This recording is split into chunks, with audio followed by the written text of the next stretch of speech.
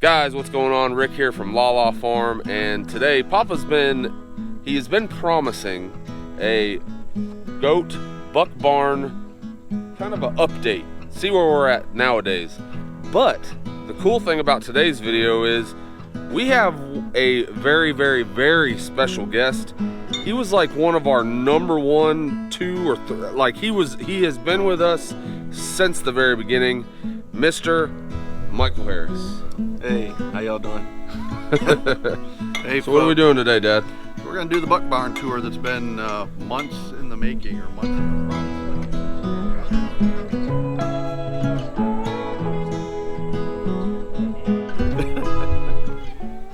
Hey folks, so I was getting ready to leave work on Friday, and I get a call from a number that came up as Michael Harris. And who's Michael Harris? Michael Harris is a long time subscriber since we started our channel. And Michael, you know, a lot of people say when they're on our channel, they're subscribed to the channel, if I'm ever in Florida, I'm gonna look you up. Well, Michael was traveling through Northeast Florida, gave us a shout, and he's kind of doing a tour around the barn. So I got some brisket up there smoking. We're gonna have some one of LaLa's cast iron apple pies this afternoon. So we're gonna give him some North Florida hospitality, but in the interim, we're gonna team up and do us a buck barn walkthrough, kind of an update on things that we like about the buck barn, things that we wish we would have changed with the buck barn. Let's get at it. So if you remember, I don't know, 6-8 months ago or so, we did this. We finished our buck barn. The purpose of that, obviously, is to move our bucks away from our doe so they're physically separated. For the most part, it's worked out exactly as we wanted it to. Wouldn't change too much to it. We got LaLa in here with us as well. So LaLa, what would you change about this thing, or what's working like you expected versus not? I would change a couple of minor things, not too much. The main structure itself is really good. I like that, but I would like to eventually put some wings off the side of it, some lean-tos, give them a little bit bigger loafing area. And if I had it to do again, I would change the way we did the separation wall and put a actual hay feeder in there that I could put bales in instead of just using the little portable ones that we use.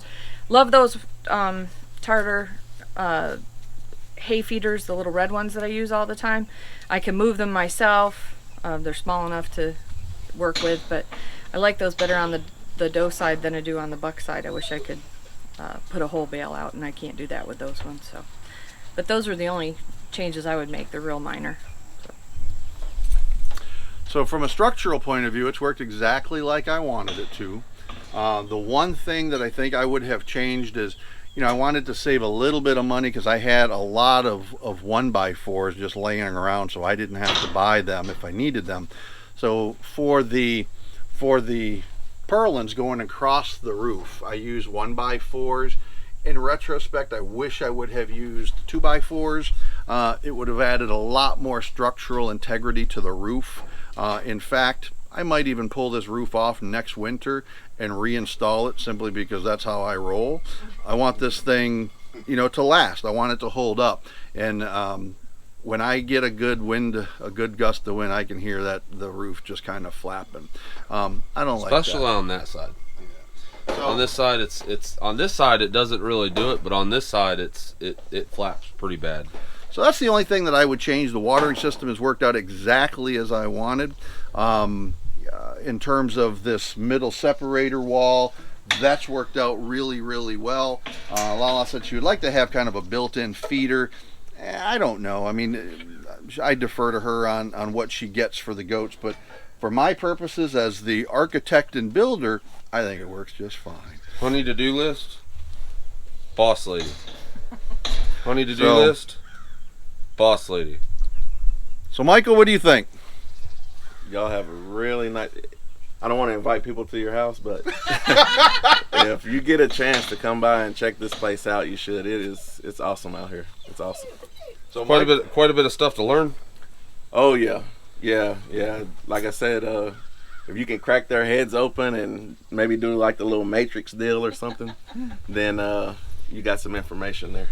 He said yesterday, whenever he showed up and he was sitting in the living room just kind of hanging out before LaLa and Papa and him went out to eat, he said he was going to bring a pad of paper, and it probably would have been a great idea, because LaLa went on one of those rants and instilled a lot of knowledge and a lot of experience, and she talk about goats, and it's hard to get her to stop. So Michael's got a small Kiko goat farm that he's started, him and his wife, over in, I guess it would be north central Texas. Yeah, more like east, a little bit more east Texas.